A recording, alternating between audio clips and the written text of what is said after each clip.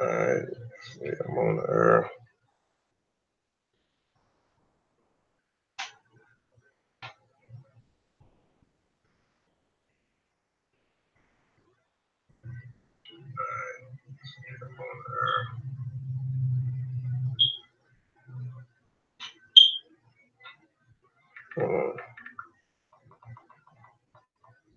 It's doing something different today.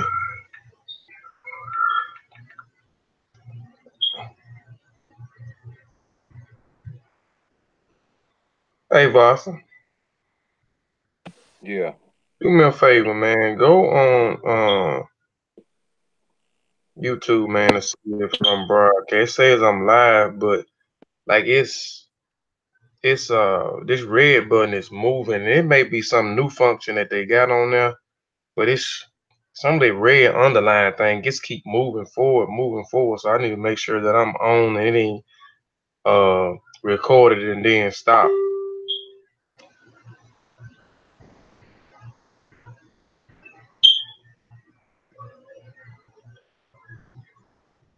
Before I even get started. But it may be some kind of new function on here because they done changed so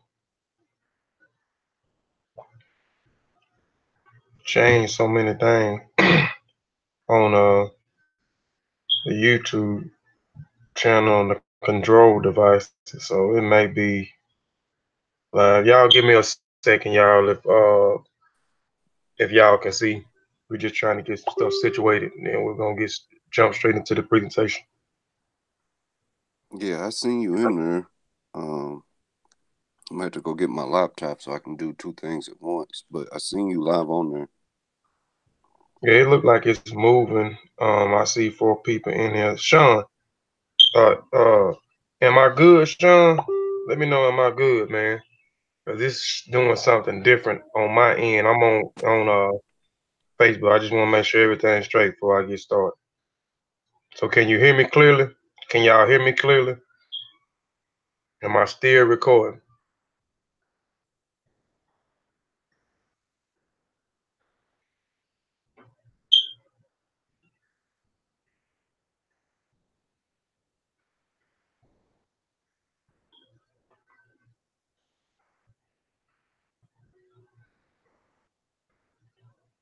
I know it's a delay. So let me know if I'm good, y'all. Let me know if I'm good so I can get started. I don't want to get started and y'all can't see me out there.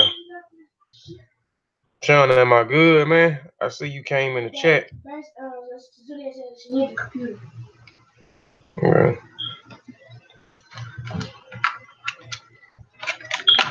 Let's see. Peace. That must be good. Sean must have popped in and popped out.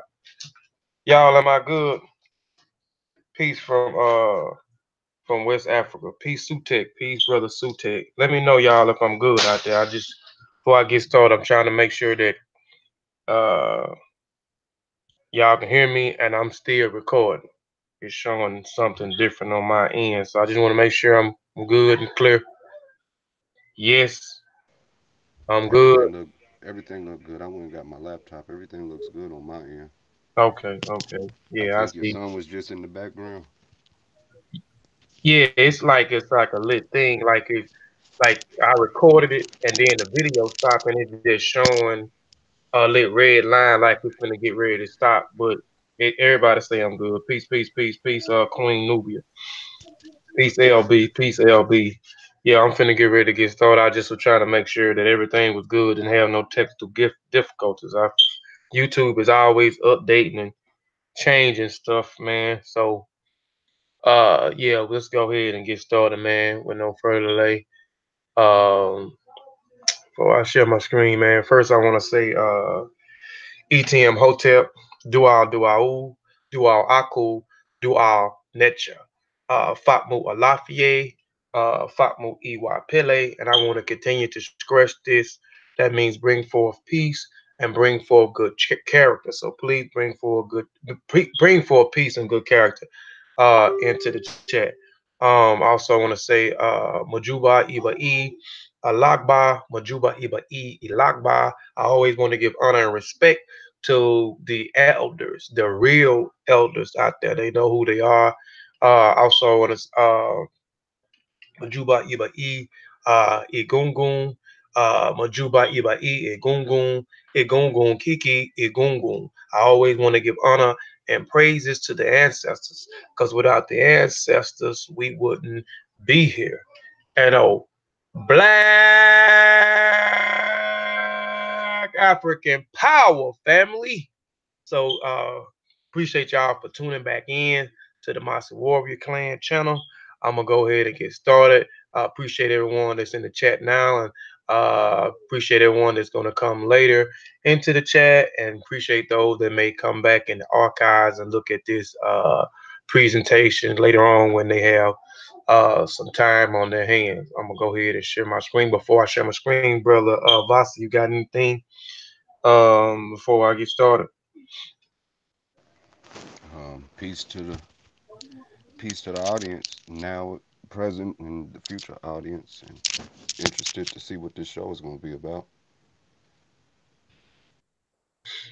All right. I'll go ahead and share my screen.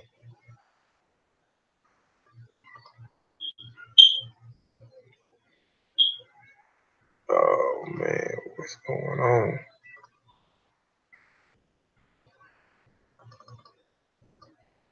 Share your screen. Chrome wants you to share the content to the screen. Google Map. See, they doing something. Hold on, y'all. See something.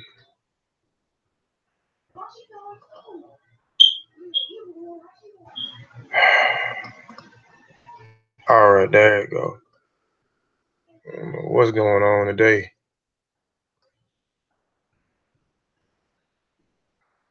Hold on, let me stop. Let me lock it on me. Make sure. And let's see what it's gonna let me do. All right. See, they'll add another little new function on here, man. And like I say, Facebook, YouTube always updating this stuff. All right, y'all. Uh, okay. All right, let's get into it. All right, today's presentation is called Quilts Hitting Messages of the Underground Railroad, Fact or Myth. All right, by your Mossi brother, Kofi Piesie. All right, I always have to put a disclaimer out here before I get started. My disclaimer is I am not a teacher, but merely a student sharing information. And that information provided is for the educational purpose only. And if you are in doubt, do the research and have it verified by someone qualified. I reserve the right to change the focus of this presentation to shut down or sell or exchange the terms or used by my own discretion. Our trademark, design rights, copyrights, registers, names, mottos, logos, avatars, or sigmas, or marks used or cited by this website or the property of their respective owners. I reserve the right to add information as it comes available or adapt changes, improve information as it comes available in the future. Input wanted, changes, additions, deletions are encouraged. Also, family, please share the video. Please like the video. Please share the video. I started 20 minutes early. I put on Facebook earlier at 2 p.m. Central Standard Time, but I got started 20 minutes earlier, so some people may be looking forward to go live at for me to go live at 2 p.m. So please share the show on Facebook and all other social medias. Thank you. All right, people that follow me know this is my saying. I believe in this saying. I think this saying is a powerful saying. As I learn, we all learn. And my new saying, let's get this culture. All right. Before we go into the other things about the quilts, the hidden messages, the hidden codes, and etc., let's talk about the Underground Railroad real quick. Uh, somebody got the mic mute. Somebody want to say something? Bro, Voss, you got some? I think that was Sean just coming in. Oh, Um, Rashawn, you got some?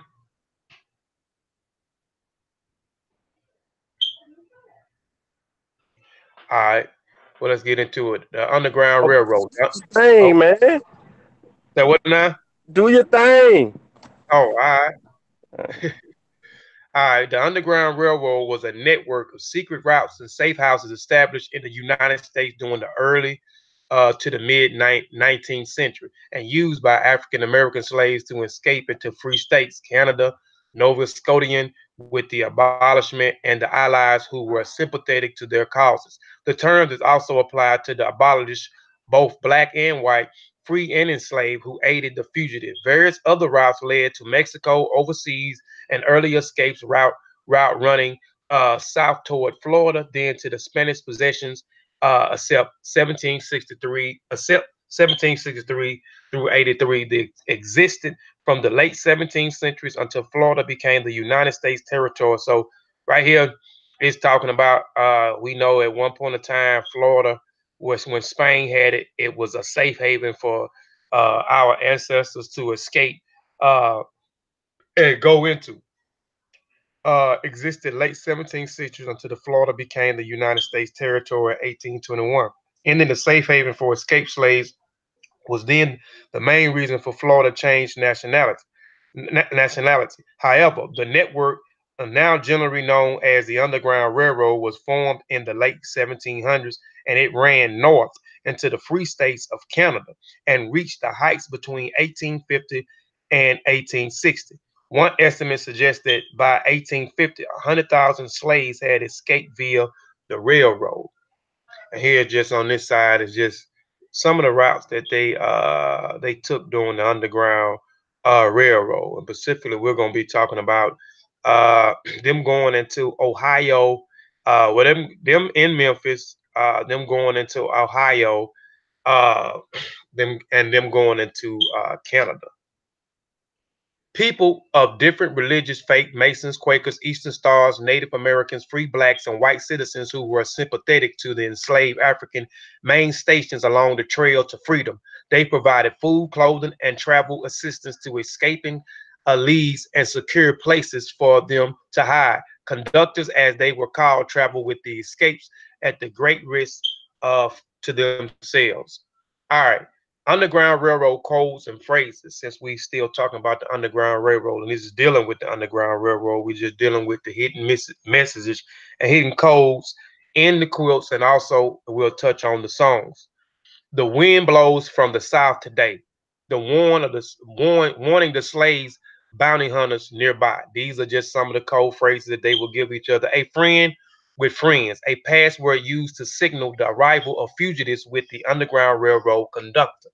The friend of a friend sent me, a password used by fugitive travelers along to indicate that they were sent by the Underground Railroad network. So this was one of the passwords that they used to the conductor in the Underground Railroad. Load and potatoes, parcel and bundles of wood. This is fugitives to be expected. Historical words and phrases. Big house, the slave owner home.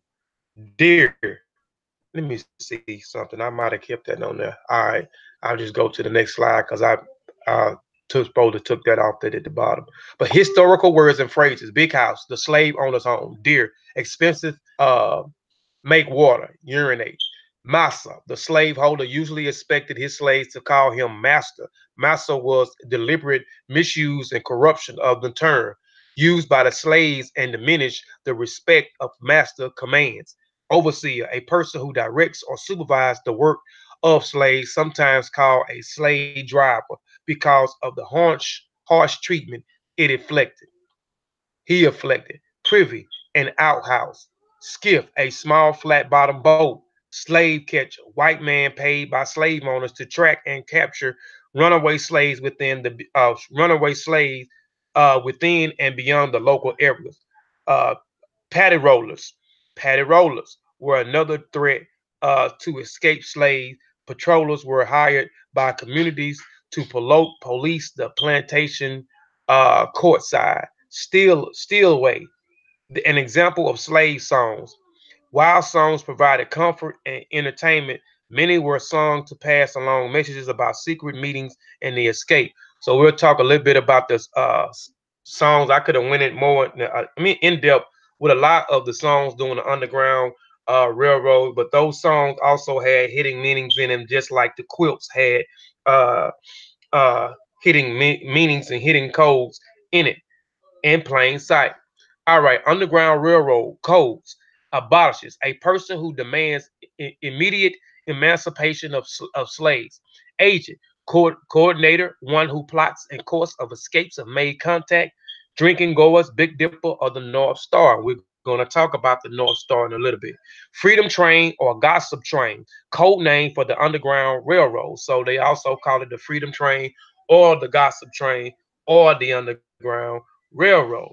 I think particularly they started calling it Underground Railroad when a lot of the other white abolishers got involved in it, particularly this individual who they said was a conductor and freed more slaves than anybody else has freed. Who this individual who was an abolitionist and a I think he was a Methodist preacher or someone that form who moved to Ohio. We'll talk about Ohio and the Ohio River also later.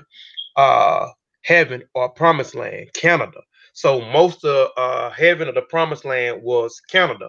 You know, you had people that was when we'll talk about them going into the uh, the Ohio or the Cleveland River, going into Ohio, going into these other different places, safe havens, and then going into Canada, which was a free place. Because if you all can remember, during the um,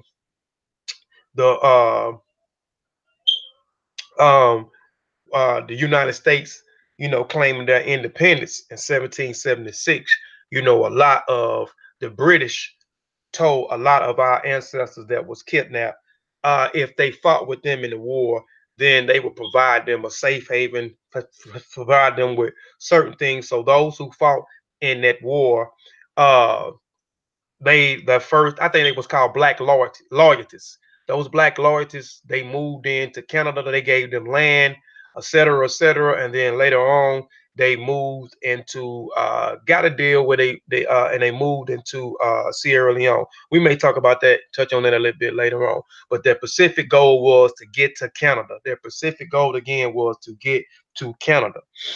Moses, Harriet Tubman, preachers, leaders, speakers of the Underground Railroad.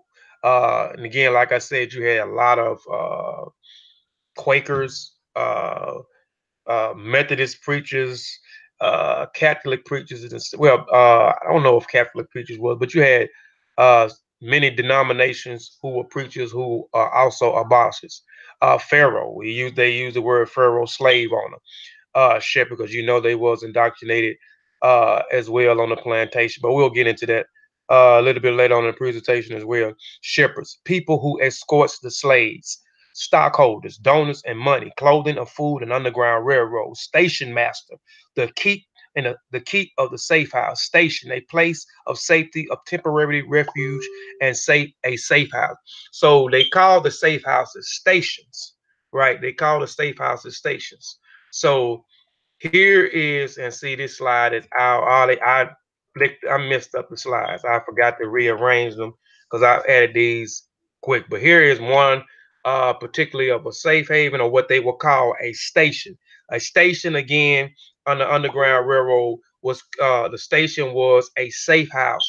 These were houses that uh, the our ancestors who ran off the plantation or escaped the plantation uh, through these hidden codes, whether it was through the singing or whether through quilts, whether it was through drumming aspects or whatever it was. These was the particular places that these safe havens was. So these safe havens had particular things, and I can't quite off remember uh they particular things that they had lanterns in front of the churches, lanterns in front of some of these homes that they had, and I can't remember if the lantern was on, it was safe for them to come in. If the lantern was off, it wasn't safe for them to come in. uh Also they had certain trees that was planted that stayed green throughout the year. You know, in the wintertime, you know, the trees, the leaves begin to die, turn brown, but they planted certain trees out, especially at this safe haven place here. uh Here is me at the slave haven. This is a under this they it's an underground railroad museum. me going to this museum when I was in Memphis last week, this was sparked this presentation. Um, right here, I went into the museum. They talked about many things that deal with the Underground Railroad. They spoke a little bit about these quilts. They spoke about many other different aspects of the Underground Railroads. A lot about the safe havens, the abolishing, those certain people, famous conductors, those who put their life on the line to conduct these people in these certain routes in the Underground Railroad to get them free or to designate them to the safe house and to them to get to heaven that they call Canada. So this is me at the Safe Haven Underground Railroad, and this is the landmark edit. This was the Berkeley State. This was a place, or this was a station, or a safe haven where some of the uh, is those who escaped the plantation would go here first for food, uh, the change clothes, get a good night rest, uh, and etc. It was called the Berkeley Estate. Um, but let's go on my slides out of order right here. All right, Azale McDaniels, Williams quilt seller in Charleston, told poems to the author. Claimed poems was passed down generation from generation by her family members. Okay, Ozell McDaniel Williams was a descendant of slaves and claims that her ancestors passed down secrets of the quilt codes from one generation to the next. According to Ozell, and black plantation seamstress would sew a sampler quilt contained different quilt blocks. Slaves would use the samplers to memorize the codes. The seamstress then sold 10 quilts, each composed of one of the code's patterns. As Ozell Williams told it, the first messages in the quilt codes was the monkey wrench turned the wagon wheel toward Canada on the bear paw trail to the crossroad. Slaves who knew the codes would know this phrasing as well as the four symbols within it: the monkey wrench, the wagon wheel, the bear claw, and the crossroad. And each of the four symbols is a quilt square pattern. And we're going to get into them quilts for y'all. Go back in the room and play. Hold on, y'all. Bryson, go make us some cereal. Get her a bowl out the top and make us some cereal. You want some chocolate frosted? Excuse me, y'all. I'm sorry. You want some chocolate frosted flakes, or you want the regular frosted flakes too? Fix us on. Get the bowl out the top. I'm sorry, y'all. No.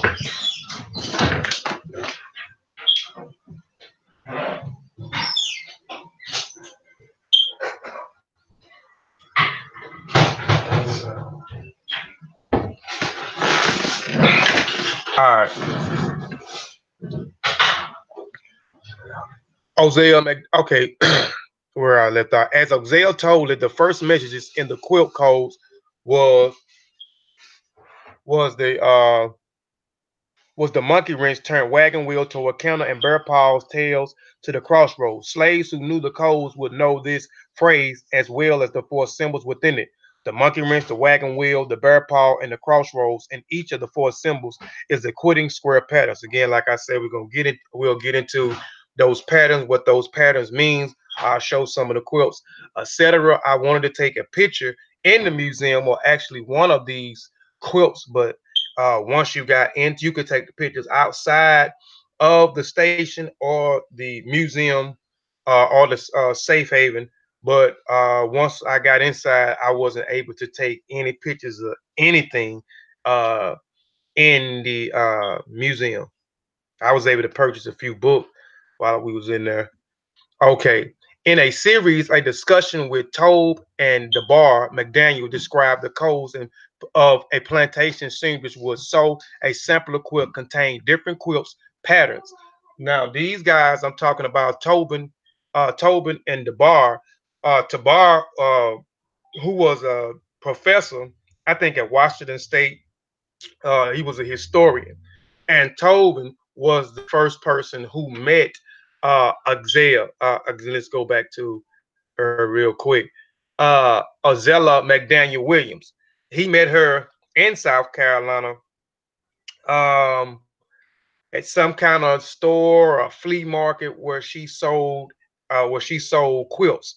and she developed Azale McDaniels developed a relationship with Tobin, and it took her 3 years in order for her to feel comfortable with her to tell the full details of uh, the hidden messages behind the codes, the stuff that was passed down from her family from one generation to the next, talking about these hidden messages in these codes. And she followed suit and became a seamstress, and she sold quilts.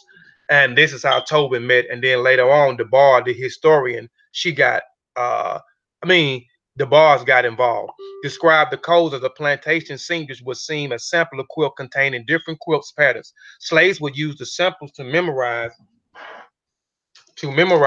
the codes. The seamstress then sold 10 quilts, each composed of one of the code patterns. Hold on, right, son. Put the mirror back up. Patterns. The seamstress would hang the quilts in full view on at one time, allowing slaves to reinforce their memories of the patterns and to associate meanings. When slaves made their escapes, they used their memory of the quilts as a mnemonic device to guide. Turn it off. Turn it off. Turn it off. Turn it off. Go in the room. Tudor, sit down and eat your cereal. The seamstress would hang the quilts in full view at the time, allowing the slaves to reinforce the memories of the patterns of the associate meanings. When the slaves made their escapes, they used their memories of the quilts as a mnemonic device to guide them safely along the journey, according to McDaniel. And this is McDaniel's uh, Azale describing certain things that happened that was passed down to her.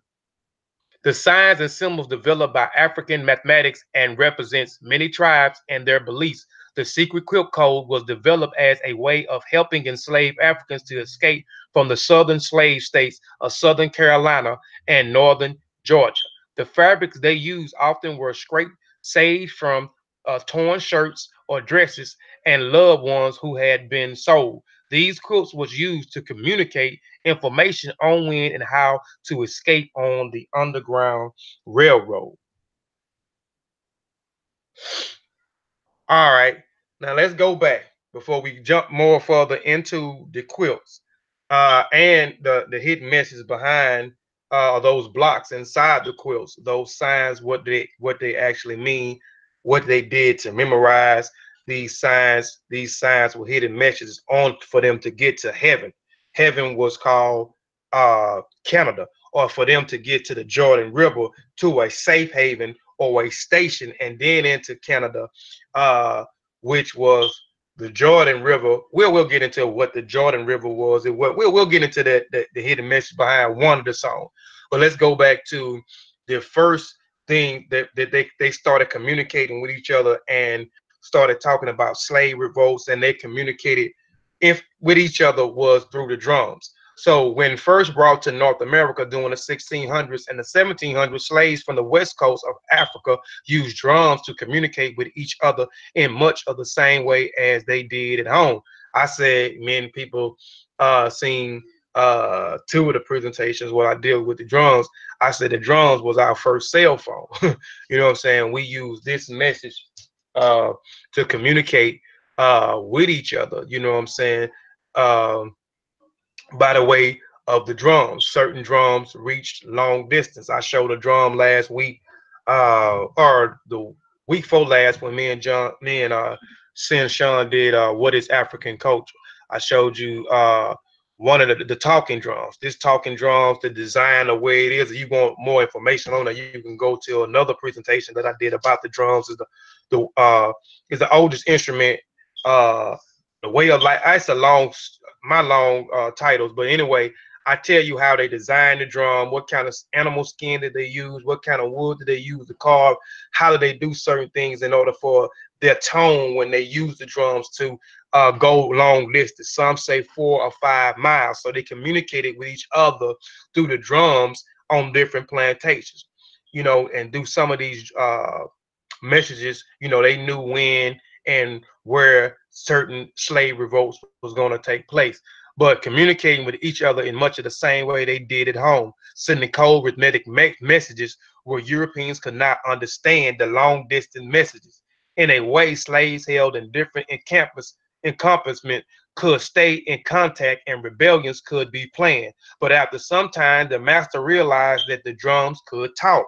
After drums was considered a weapon, it is absolutely necessary to the safety of the providence that all due care be taken to restrain Negroes from using or keeping the drums, which may call together or give signs or notice to one another and their wicked designs on purpose. Slave Code, South Carolina, Article 38, 1740. So at a particular time in the United States, the drums became outlawed.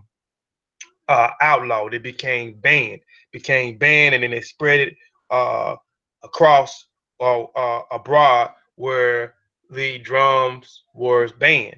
But then the only place that the drums were not banned at, this was in New Orleans. For more information on that, you can go to Kofi Piesie TV. And one of my drum things, I go in detail about um, why in New Orleans it wasn't banned and where they used the drums at, and et cetera, et cetera. All right.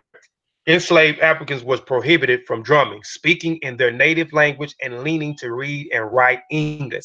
So they improvised using quilts and songs in order to communicate secret messages without arousing suspicions.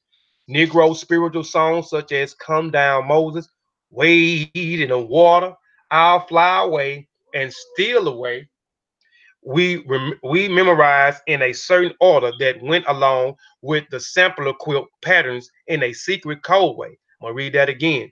Negro spiritual songs such as Go Down Moses, Wade in the Water, I'll Fly Away, and Steal Away were memorized in a certain order that went along with the sampler quilt patterns of a secret code of the secret quilt codes. So the also you had them stitching and sewing these different patterns that they had to memorize, which was a map, you know what I'm saying?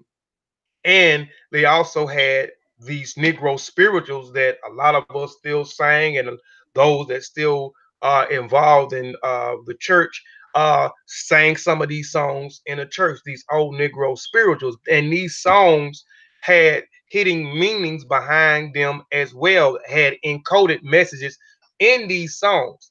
And I wanted to uh, actually break down some of the songs, and one of them was broke down, I mean, real clear to one of the conductors that was actually at the museum that was actually explaining some of these songs. And one song she went real in depth with. I wanted to give these songs and some more, but didn't want the presentation to be too long.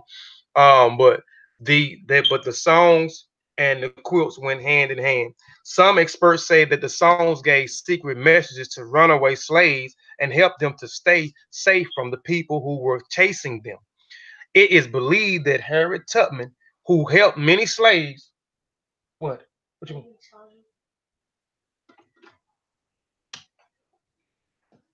What you need to charge it for? No, your phone is charged. Don't overcharge that phone. I'm sorry, y'all. They bother me today. They. But some experts say that the songs gave secret messages to runaway slaves and helped them to stay safe from the people who were chasing them. It is believed that Harriet Tubman, who helped many slaves find freedom, used the songs to warn the slaves to get off the main trail into the water to make sure that the dogs could not follow them. So remember that Harriet Tubman, who also was a conductor. I showed you earlier, I gave you some of the phrases and some of the terms that they used during the Underground Railroads.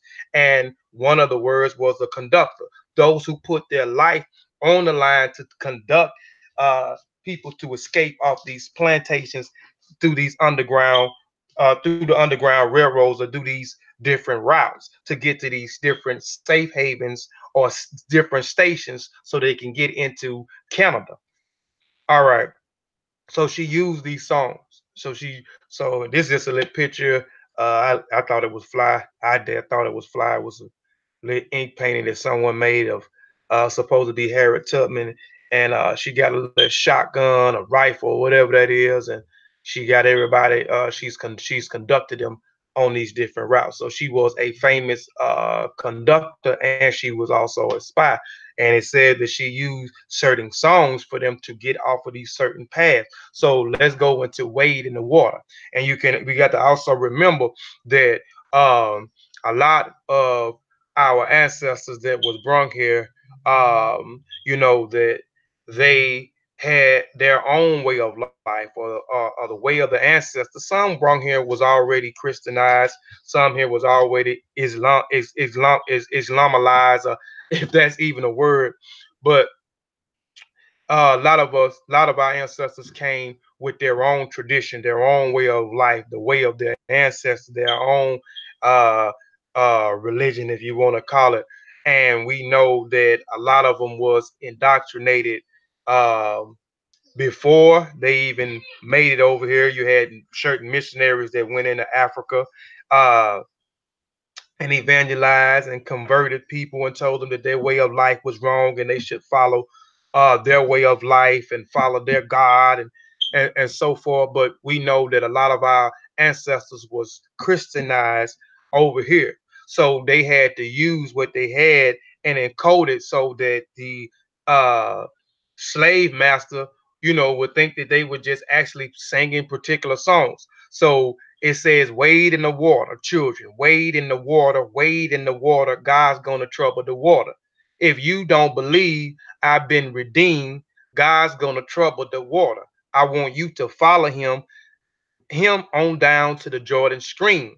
Now, the Jordan stream, we know when you talk about the Jordan, we're talking about the Jordan River. Most people uh, will put you in the Bible, the Jordan River that's in the Bible. And again, we know that a lot of our ancestors was Christianized during the slave trade. Their way of life was taken away from them, their native tongue, which the language that they spoke, their culture was took away, their identity was taken away, their names was taken away. Uh, and etc. So they had to make these songs. Well, slave man, okay, they some old, good Christian folks, so they singing these songs. So the Jordan at this particular time that was told to me, and was that the Jordan River at a particular time was the Cleveland River. They called the Cleveland River the Jordan River because of a famous abolishist who I told you about, this Methodist preacher who freed more slaves, or who was a famous conductor and freed more slaves, they say, than anybody else. And he had a safe haven in Ohio, Cleveland, Ohio. So the Cleveland River was a place that they was trying to get to this famous conductor, and to this safe haven, what I'm saying, to be safe, to get food, clothing, shelter, and into what they call heaven again was Canada. I said my God's gonna trouble the water. Chilly water is dark and cold. I know my God's gonna trouble the water. It's chill my body, but not my soul. I said my God's gonna trouble the water. Now it goes back to this thing here with Harry Tubman again, who was also a famous conductor in the Underground Railroad. It says here again, it says that it is believed that Harry Tubman, who helped many slaves find freedom, used the songs to warn slaves to get off the main trail into the water. So that song was also a message of telling, when they were singing, was they had to hurry up and get off of the trail and into the water. So if you start to look at a lot of those um, um, who escaped, their routes was to try to get to the water. The dogs, they couldn't trace or smell or track you if you was in the water. So this was a song that they came up with, Wade in the Water, where they had different hidden messages into the song, and particularly was to get to the water. God's going to trouble the water. They're not going to get to the water. They're not going to be able to track you if you get to the water. So if you go and look at a lot of the routes that they took, they always headed toward the water. They always headed toward the water. They always tried to get off of the trail, to get them off of the trail. All right, the quilts. The quilts contain ties with knots. made of heavy cords of hemp. The ties were used to hold a rag and cotton baiting inside the quilts. These knots were sometimes used to indicate the date the slaves were planning to escape from their plantation. For knots in the cord meant that they should flee on the fourth day of the fourth month. Five knots, the fifth day of the fifth month. The sixth knot, the sixth day of the sixth month. The space between the ties could also be used to communicate information. For example, tie spaces, two parts could inform the escapes that they must prepare to travel at least 20 miles the first night in order to get out of the range of the tracking dogs and slave watchers. This is how the quilts worked as far as we know it. African American slaves combined common quilt patterns and sewing methods, switched traditions, African symbols. Hold on, y'all. Hold on.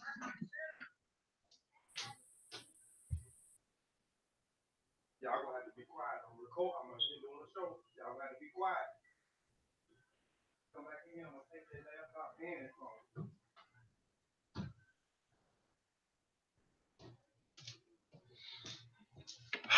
All right. This is how the quilts work. As far as we know it, African American slaves combined common quilt patterns and sewing methods with traditional African symbols and images to make bed quilts that would display messages. The messages themselves were part of a language that held meanings only for people who had somehow learned it from any of a number of teaching of methods and worship service through storytelling or secret sessions with the elders. So they learned these different coded messages through worship services, through storytelling, and secret sessions by the elders. So these were the methods that they learned uh, the hidden codes or the hidden messages behind the sewing of these patterns in the quilts. Slaveholders, families, and white supervisors had no cause to suspect anything usually about slave women making quilts, either for white families or for themselves. Likewise, it was common practice to hang quilts outdoors during daylight to freshen them in the air, especially during the spring and the summer months when most escapes occurred so that the slaves could reach Canada before the cold weather. The quilts acted as a billboard, sending encoded messages to slaves intending to flee as well as those on the run. Slaves who did not know the codes most likely traveled with guides who did. So this is just a little picture where the quilt was hanging out, and this is just one of the patterns, and they stitched them, made them with one pattern, and they made them with four patterns, they made them with 12 patterns, and we'll get into that. So they will hang these things on the clothing lines outside the windows to freshen it. Uh, uh, um, um, you know, yeah, to freshen the rugs, the carpet, not rugs, but quilts. Uh, this photo on the left here, this photo on the left is a sampler quilt that is contained 12 different quilt blocks representing the code blocks believed to have been used to guide travelers and keepers to safe houses or to the stations that they would call them or safe havens. So here is one here with the patterns on there. So here is a quilt with the different patterns. So we're going to get into these patterns, and they had to memorize these patterns, and these patterns were actually, like I said, these quilts was actually maps. So they had to learn to uh, identify each one of these signs and what these signs means and put them together so they can get to these safe havens, these safe stations, so they can get into heaven, what they call Canada. Okay. Um, okay, this photograph on the right hand side I just showed on another slide is from a cover of a hidden in plain sight view. It shows a quilt that contains a secret code. Note that each quilt block is exactly the same. This is believed to be how information was passed to travelers on the Underground Railroad. All right, now let's get into some of those patterns. Let's get into the monkey wrench. All right, the monkey wrench is a pattern. It is named after a very important tool on the plantation. As a blacksmith needed, it is removed and repaired repair wheels on the wagon buggies. In Africa, this was a symbol of a person who led caravans across the desert and through jungles using only the sun and the stars as a reference point. That's why the monkey wrench is the quip code name for the conductors on the Underground Railroad. They led escaping slaves to safe houses known as stations and knew as, and knew as stations and knew the safe routes to travel. This was a signal to the slaves to pack the items that were needed for travel by wagon or that they could be used while traveling. It could also mean to pack the provisions necessary for survival as if packing a wagon for a long journey or actually loading the wagon in preparation for escape. Some records indicate that the symbol meant a wagon with compartments in which slaves could hide. So this was a symbol of to get them ready to get on their journey. So they needed to pack whatever they need for their survival on their journey or on their way through the underground railroad. The wagon wheel. The wagon wheel pattern is composed of a circle representing life, cycle, birth, life, death, and rebirth. Africans believe that the circle represents the heavens where the spirit lives. They also believe the circle meant that God is always present, offering protection from evil. In the quilt code, the circle is a symbol of freedom. It is also told that the slaves one method of escape could be the wagon with a false button. But let's go back. It says that the believe that the circle meant that God always present, offering protection from evil. And the quilt code, the circle is a symbol of freedom. It is also told that the slaves' method of escaping could be the wagon wheel with a false button or a regular wagon, which they would hide under the cotton and other procedures. The North Star, which was the important thing, because it is magnitude of its magnitude and brightness, the North Star was easy to see PM clear nights. The quilt code patterns told the escaped slaves to follow their stars. Follow this star because it would lead them to Canada. The North Star always was the code name from the home of Reverend John Rankins of Ripple, Ohio, a station used on the Underground Railroad. John Rankins was the famous conductor and abolishes this preacher, this Methodist preacher, who they said slave actually saved or made more. I mean, conducted more people in the Underground Railroad to safe haven and to freedom than anybody else. That's I don't know how true that is, but that's what they say. And this guy was in Ohio. So when I was talking about wading the water, a lot of times, in particular times, a route was going into this safe haven or this station of John Rankin, or he might have been the conductor who was conducting them across the Cleveland water, who they said in way of the water, they said the Jordan River, which was the Cleveland River, a station used to the Underground Railroad. The bear paw. The Apache Mountains were a natural barrier that separated the southern slave states from the northern free states. Although most Africans was unfamiliar with bears, they were told that the following bear tracks, hence bear paws, would lead them through the Apache Mountains to the water and to fish. And again, they always are gonna be always always gonna head toward the water and I mean head toward the water. Always gonna head to the water. You look at a lot of those routes, they always headed toward the water. The upward path was used to remind escaped slaves to travel in a zigzag pattern to stay off the main road and to wade through strings of rivers. Traveling this way made it more difficult for hunting dogs and slave catchers to follow the tracks of escapees. Similars, singing and humming particularly spiritual songs such as Wade in the Water also advise this. Let's say that again. Drunken Path was used to remind escaped slaves to travel on a zigzag pattern. So they didn't always uh, take a straight. Go ahead. Somebody had something? No, man, I was changing from one device to another, brother. My apologies. Oh, you good. You good. Escaping slaves to travel zigzag patterns to stay off main roads and to wade through streams of river. Traveling this way is more difficult for hunting dogs and slave catchers to follow the tracks of the escapees. Similar, singing and humming particular spiritual songs such as Wade in the Water also advise this. The flying geese. This was another pattern. While slaves were working in the field, they observed the geese flying north in the spring. Therefore, they knew if they followed the direction of the flying geese during the spring, they would be heading north. The quilt code, the two darkest triangles in the flying geese pattern, pointed the direction.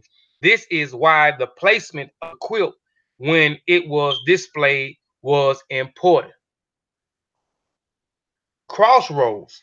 The cross represents the critical times.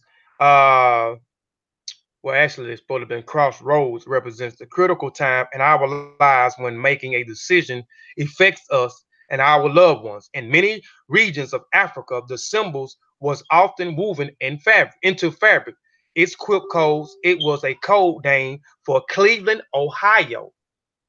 Once the escaped slaves crossed the Ohio River, I said the Cleveland River, excuse me, the Ohio River, known as the River Jordan.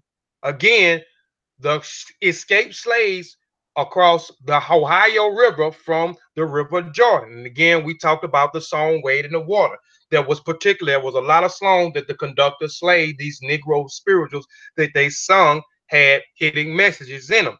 And we talked about Wade in the Water, and we talked about how a lot of our ancestors was Christianized once they made it here. Their way of life was stripped away from them and they became Christianized. And so they had to use these hidden messages in these songs where the slave master would think that they were singing, you know, talking about God and talking about things that was going on pertaining to the Bible. But the Ohio River was one that they was trying to get to. This famous artist, even he may have been conducting it, John Rankins, who lived in Cleveland, Ohio.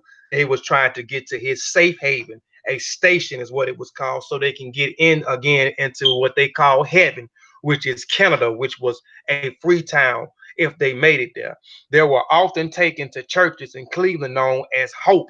They had to make decisions or forever leave their families and loved ones in the South when they crossed Lake Erie into Canada. If they remained in the northern states, they risked the dangers of being caught and returned. The Shoofly. Shoofly was a quilt code named for a person who provided escaping slaves with clothes that enabled them to dress like free blacks when they reached the northern states. This is why Northerners were less likely to identify them as escaped slaves. In Africa, these Shooflies is a symbol of a tailor, weaver, and the maker of a textile or clothes. Bow ties.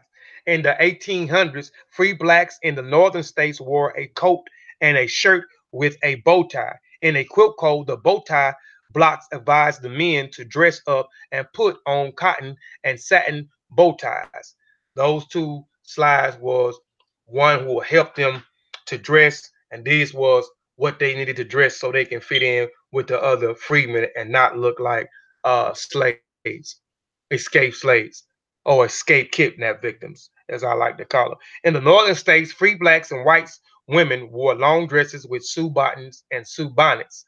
The quilt codes, the Sioux bonnet, and the bandana helped women to recognize the clothes they would be given to wear in the northern states. When the slaves arrived in Canada, the government gave them land for every acre of land they cleared, and they could use the timber. The Quilp Code refers to this clearing and suggests that they use it to build a log cabin. So that is the log cabin. These one of the patterns. The tumbling blocks.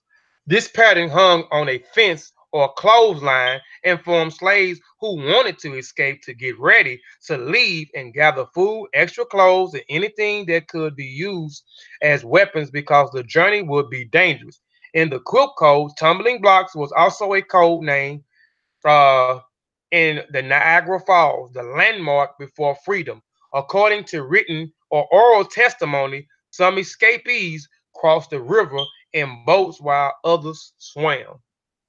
The Dresden Plate, another pattern. This passage of the anti-slavery legislature of July 1973 made Canada a safe haven for escaped slaves seeking freedom. The slaves were told that when they arrived in Canada, they should look for a church with a dressing plate window similar to the dressing plate quilt pattern. This would be welcomed by free black societies. They could get married and thank God for their freedom. This British Methodist Episcopal, and I'm turning that word up, Church of Canada, located in Niagara Falls, Ontario, was established in 1856 as a meeting place for black communities. It was often referred to as the North Pole. Nine patch, another pattern. The number nine is sacred to some Africans. Even today, many African villages are laid out in nine sections. Some African men want to have nine boys. In the quilt code, the women were told to have dig nine patches gardens after arriving. Excuse the pronunciation. I mean, excuse the typo. In Canada, dividing their gardens into nine sections and planting different vegetables and each one will give their families a healthier diet. The color of nine patches also has spiritual importance. Blue represents water, the sky where the spirit of the ancestors went after life. Red represents the blood that was shed while they fought for their enemies. This was a signal that either a body of water was nearby or a boat were available. The Africans taken from the coastal areas were excellent fishermen. Most free blacks in Canada settled near bodies of water where fishing was quick and expensive source of food. The basket, another one. Slaves brought the arts from the basket weaving with them from Africa. Yes, especially in West Africa. Uh, when somebody dies, weaving and sweet grass baskets pull wildflowers in it and put it on the grave. This part of the quilt code refers to African American traditions that mark the burial sites of the deceased family members of or their loved ones. They often had only sentiment values such as favorable cups of loved ones to leave at the burial site. Engraved tombstones were too costly and available to slaves or to most free blacks. So they would sometimes carve either a name of the deceased or some symbols that had meanings to the person on a piece of wood. All right, this is just another picture of a quilt hanging on the clothing line, and these some of the symbols were all of the symbols uh, that I went over, deciding on designs on the quilts, pertaining to the designs on the quilts and what their meanings were. Now, the codes was a way to say something to a person in presence of many others without the other knowing, said Deborah, who was a historian from the University of Washington, D.C., who was pulled in by Tobin, who wrote a book called Hidden in Plain Sight, who interviewed and established a relationship with Ozella McDaniels, who told them the stories about these messages hidden in these quilts that was passed down from one generation to the next, from her generation to the next, and she was also a quilt sewer and a sewer as well. Deborah, a history professor at Howard University. I said in Washington D.C. Okay, so he was excuse me, y'all. Howard University. He was a professor at Howard University, not Washington University. I don't, it might not even be up Washington University, but Howard University in Washington, D.C. It was a way of giving directions without saying go northwest. The quilt key. All right, so the quilt key. So let's kind of break it down real quick with those different signs. The monkey wrench to turn a wagon wheel north up to the road toward Canada. Follow the drunken path, watch the prey, look for the flying geese in the day, in the north for the star at night. Follow the bear trail to the crossroad. Shoofly says dress up, put on cottons and satin bow ties, suit bonnets and bandanas. Soon as you will cross over the Jordan, which is the Ohio River, look for the tumbling blocks. Nearby, you will see the cathedral with the Dresden Plate windows. Now go in and you can sing and shout. Thank God I be free. You can get married, exchange rings. So right here, the key code. So this basically is what you can turn it back on. I turned it off this morning because it was cold in here. Um, so basically, the quilt. This is what it was saying. So if you understood those designs, then you could understand. If you understood those designs, this is what the designs was actually telling them. Again, I'll read it. The monkey wrench turned the wagon wheel north up to the road toward Canada. Follow the drunken path, which was the zigzag path that they had to take. Watch and pray. Look for the flying geese in the day, because they knew that during the springtime the geese would fly northward.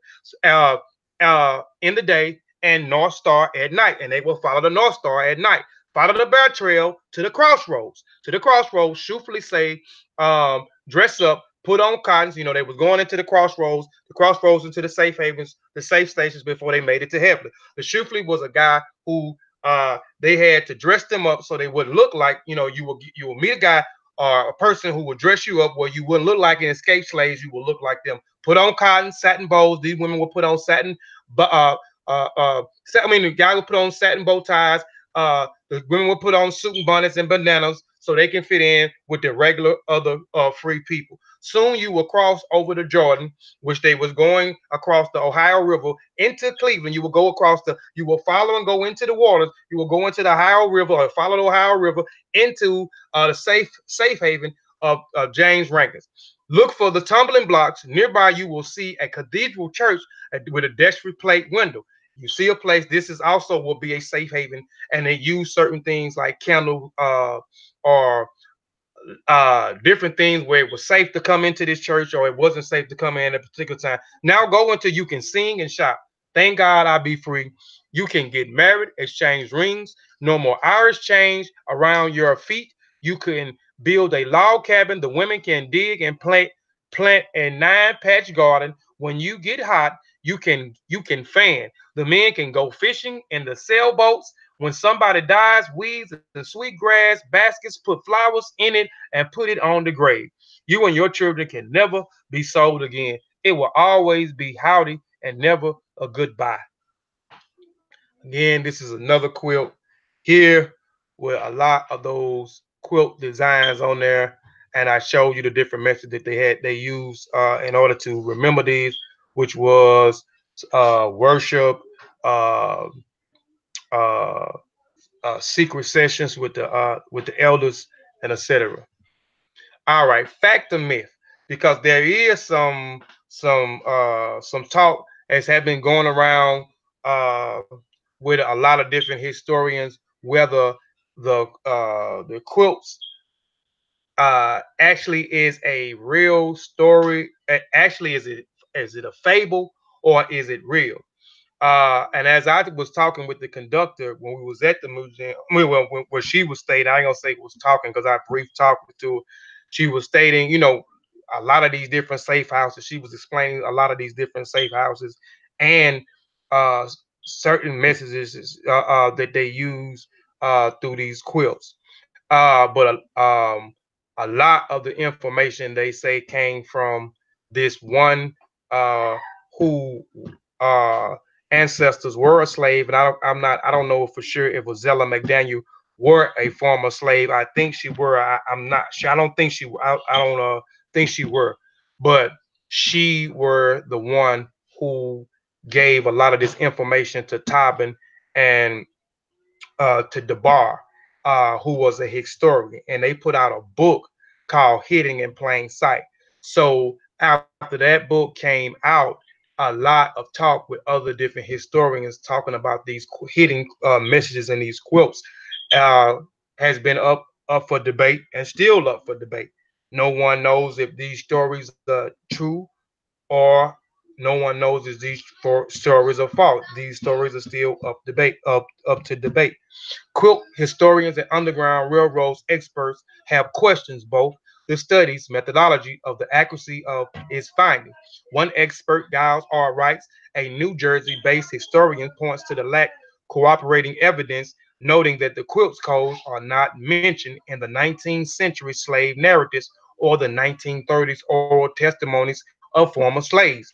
Other historians claim that the quilt patterns names in the codes did not exist prior to the Civil War. As academic debates whether Ozell quilt code theories is fact or folklore, it remains an engaging view of the past and credible attention to a well documented use of dance, song, and oral tradition that allows the slaves to communicate with one another. Though maybe not documentable in the scholarly way, the ideal of the quilt codes provides a vehicle through which many people believe we can begin to better understand this period in our history. Furthermore, quilts are universally accepted symbols of comfort. It's in the if the romantic and fanciful stories of escapes on the Underground Railroads have somehow lessened and the painful memory of that time, then these tales will have served as a very useful purpose. These are my references right here. The Underground Railroad Quilt Codes by Heritage Tour Incorporated. Book that I bought, a small book, Hidden in Plain Sight. Another book that I own, The Secret Stories of Quilts, The Underground Railroads by Jacqueline Tobin and Raymond Deborah. Again, Jacqueline Tobin was the first person to actually encounter Ozella McDaniels, and she established a relationship with Ozella McDaniels. Took her over 3 years for her to share all the information dealing with uh, uh, the quilts, the meanings, etc. She had to trust her, so she had to build a relationship. And then Jacqueline Tobin brung in Raymond DeBar, who was a historian and was a professor uh, at Howard University in Washington, D.C. These are other use Wiki for one, National Geographic's news for some information. This is Africa and Me Lifestyles, where I talked about the drones being banded, and the drones was used as a form of a messaging long distance, and a PDF uh, uh, that I use in this presentation. So y'all can vent, go through these sources, um, but these are my sources. Hope everyone enjoyed the presentation. Um, Anybody got anything, man, before I get off here in the comments in the chat? I ain't looked at the chat not one bit. I just Yeah, yeah, man. This is a tap. I like this presentation right here. This was real good, real good. So it's one of my top ones up there with that one Vasa did. So yeah, I like this one, bro. appreciate it.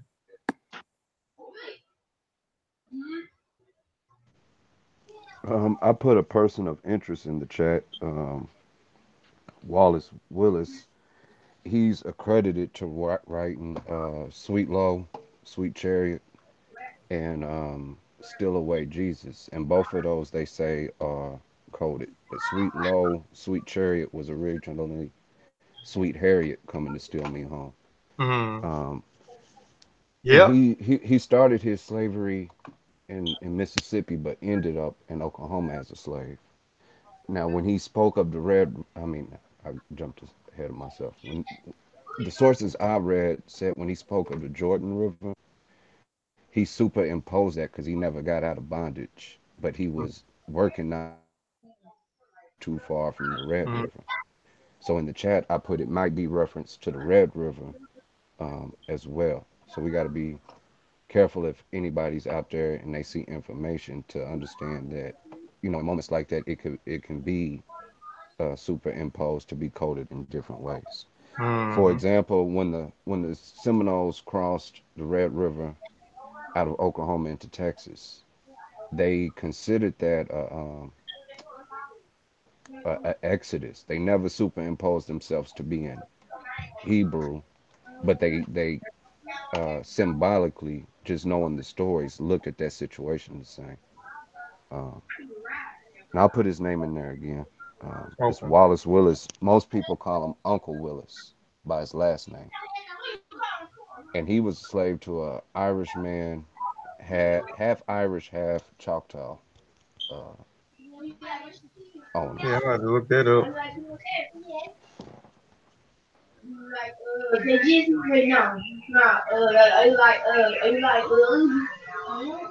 What up, Sean? You got anything? Yes, no, maybe so. That sounds like safe. Nah, I say,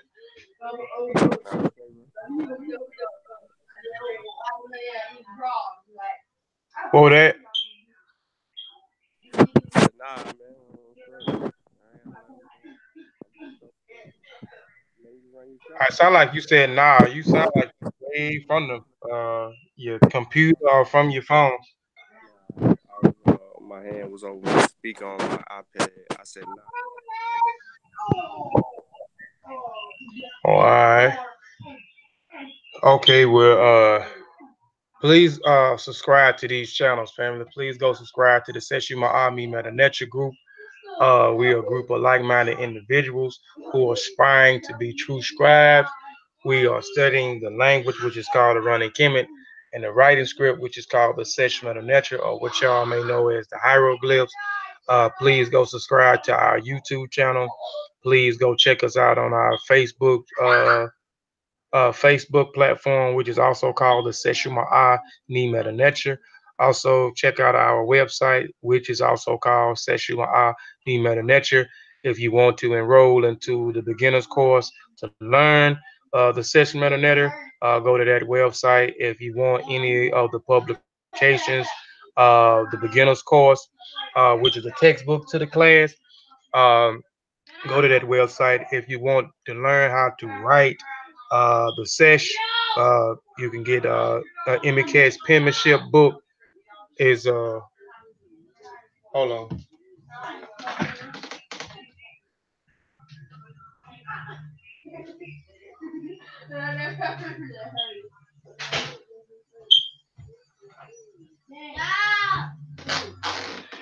But yeah, and also if you want the rebuttal book that we did, rebuttal to Wilton has the ancient Egyptian hieroglyph been deciphered. You can also purchase that on you can also purchase that on the website. Also, go subscribe to Kofi Piesie TV.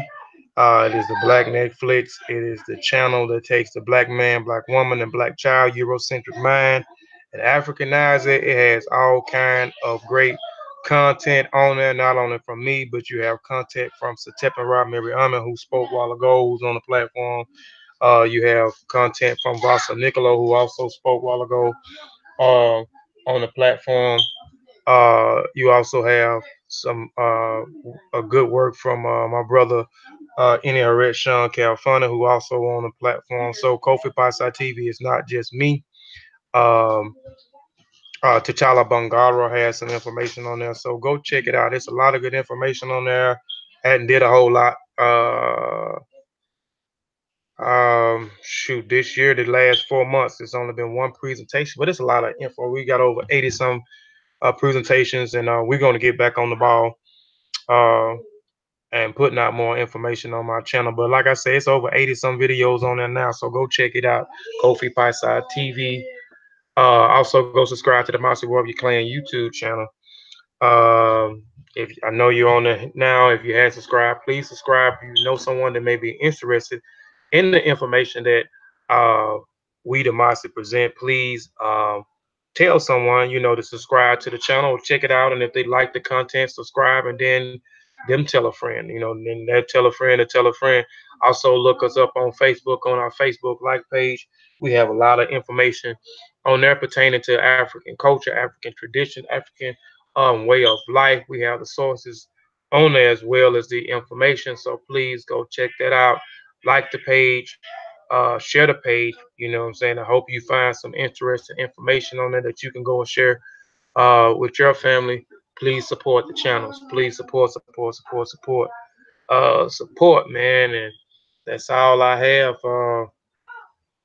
I want to thank y'all for tuning back in to the Mossi Warrior Clan channel. And on that note, man, I want to say Shemim Hotep. Shemim Hotep means depart in peace. We'll see y'all next time on the Mossi Warrior Clan channel. Black African Power, family.